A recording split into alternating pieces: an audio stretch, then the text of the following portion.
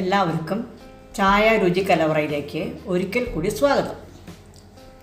ഉരുളക്കിഴങ്ങും ചീരയും കൂടി ഉണ്ടാക്കുന്ന ഒരു കറി.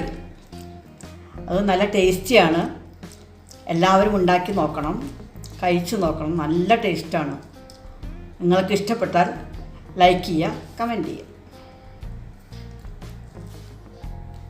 ഇതേപോലെ ചോറിൽ കൂട്ടി കഴിക്കാൻ നല്ല ഒരു കറിയാണിത്. എല്ലാവരും ട്രൈ ചെയ്യണം. ഒരു കെട്ട് ചീര അരിഞ്ഞത്, 1 കപ്പ് ഉരുളക്കിഴങ്ങ്, 1/2 കപ്പ് തേങ്ങ, 6 ഉണക്കമുളക്, 1/2 കപ്പ് കട്ടിയുള്ള തൈര്, 1 സ്പൂൺ കടുകും 1 നുള്ള് ജീരകവും,